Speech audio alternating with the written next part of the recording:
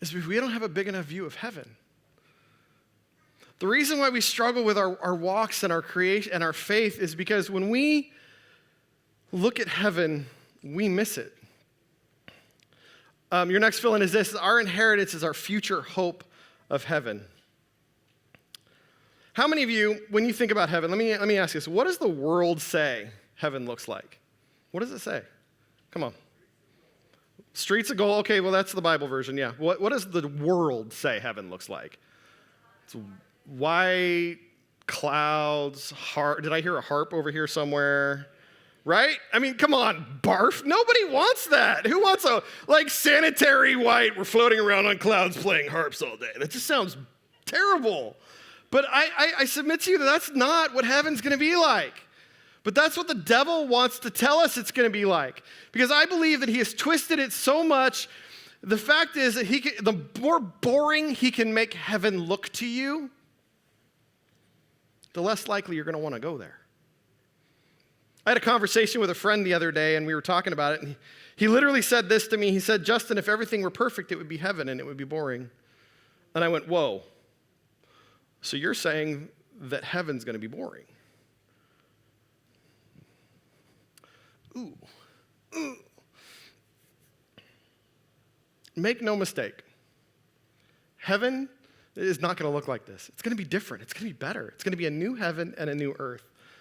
Let me read you John, the apostle. This was kind of his description in Revelations 21. He's trying his best to describe what he's seeing. And this is what he describes, what he sees of heaven. It says, the materials of the walls were jasper. The city was like pure gold, like clear glass. The foundations of the stone were adorned with every kind of precious stone.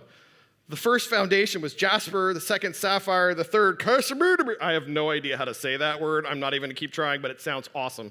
The fourth emerald, the fifth sardonyx, the sixth sardis, the seventh chrysolite, the eighth beryl, the ninth topaz, the 10th chrysoprase. Again, I don't know what that is, but it sounds awesome. The 11th jacinth and the 12th amethyst. I mean, red, orange, yellow, green, blue, purple, and every other shade you can possibly imagine. It's going to be breathtaking and mind-blowing. And yet, what does the enemy tell us? It's going to be white. You're going to play harps. You're just going to worship all day long. No. I submit to you it's going to be jewel-toned. And even then, John is looking for the words that describe what he sees with what we can even tangibly recognize. The next fill-in is this: we must grow in our vision and the reality of heaven. That's what Jesus is trying to help us with. Psalm 116 says this: you make known to me the path of life. In your presence there is fullness of joy. In your right hand there are pleasures forevermore. Can we just pause at the pleasures forevermore moment for just a second? How many of us, God is pro-pleasure. Is that okay? Can I get an amen for that? Anybody else have fun and enjoy themselves? Right? Here's the problem.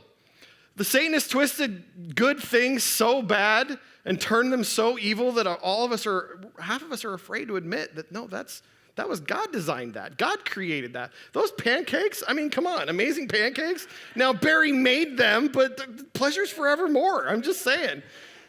Cheryl's like, exercise the pancake. Sorry. Look, he's not anti-pleasure. He's not. His promise is heaven. His promises are, hey, when you learn from me and you grow from me and you grow in meekness and this gentle strength under control, because let's be honest for a second, you and I all have power. We have the power of our words. James teaches us that we have the power to tear things down and build things up. What do we do with that power? Do we tear things down? I am so guilty of that. I got into it with a friend this week. And I went, well, that's a terrible example of meekness. I guess it is true that when you teach on the subject, you get a chance to practice the subject. It's a thing. I've heard pastors say that, and I'm like, whatever. It's totally a thing. I want to read Paul's view of heaven, and then I'm going to show you my props. 2 Corinthians 4:16 says this: And it's this perspective shift that I'm trying to hope that I share with you guys tonight. Verse 16, so we do not lose heart, though our outer self is wasting away. Our inner self is being renewed day by day. For this light and momentary affliction is preparing us for an eternal weight of glory beyond all comparison. As we look not into the things that are seen, but the things that are unseen. For the things that are seen are transient, which means they're not going to stick around very long. But the things that are unseen are eternal.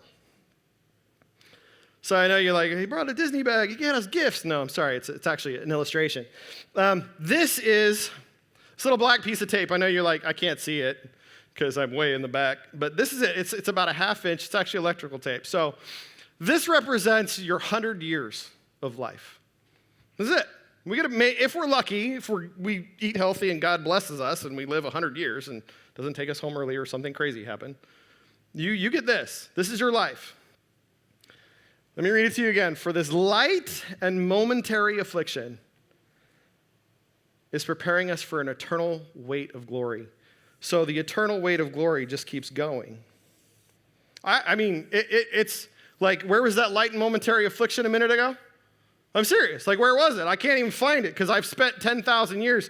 You know what? I'm just getting started. I mean, we can keep going all day because it's forever. It's pleasures forever and ever and ever and ever. Are you getting my point? Forever and ever. If I don't get an amen somewhere, I'm going to keep pulling this bag. And ever and ever. I mean, here's the thing. For this light and momentary affliction is preparing us for the eternal weight of glory beyond all comparison that's prepared for you. It's not prepared for the guy next to you. It's yours.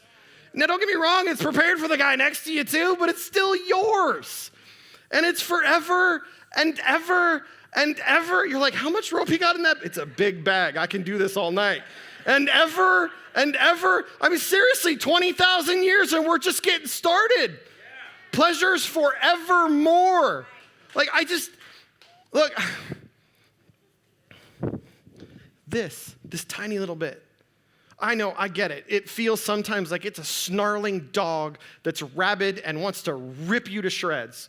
I get it. And at that moment, that dog is the only thing that you see because it's here and now and in your face, whether it's cancer or job loss, whatever pain it is that you're struggling, but it's this big in the scope of that.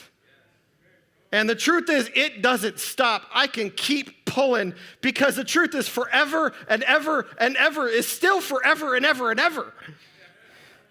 Look, perspective is everything.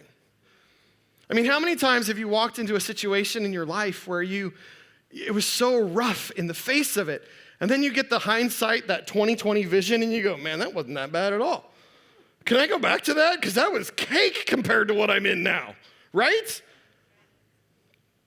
Perspective is one of those things that my lovely wife has done just a phenomenal job teaching me.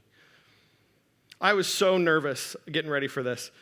I got 4 notes. I kid you not, 4 notes in my house encouraging me, loving on me. In fact, there's even one attached to the bag right here. It says, I love to see you living your calling. I mean, come on. Perspective. Perspective. Forever and ever and ever in this momentary light of affliction. I don't know about you, but man, I want that perspective. I am so tired of getting hung up right here with the snarling dog. I'd sure love to have Paul's perspective.